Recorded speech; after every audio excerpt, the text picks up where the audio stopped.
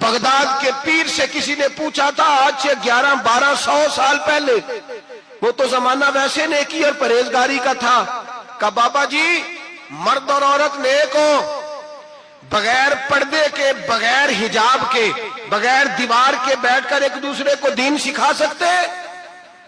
حضرت صاحب بتائیے، مرد اور عورت نیک ہو تو بغیر پردے اور حجاب کے ایک دوسرے کو دین سکھا سکتے ہیں؟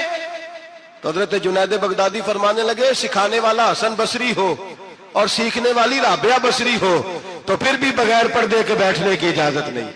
تو مفتی صاحب کو اجازت کس نے دی؟ مولانا صاحب کو اجازت کس نے دی؟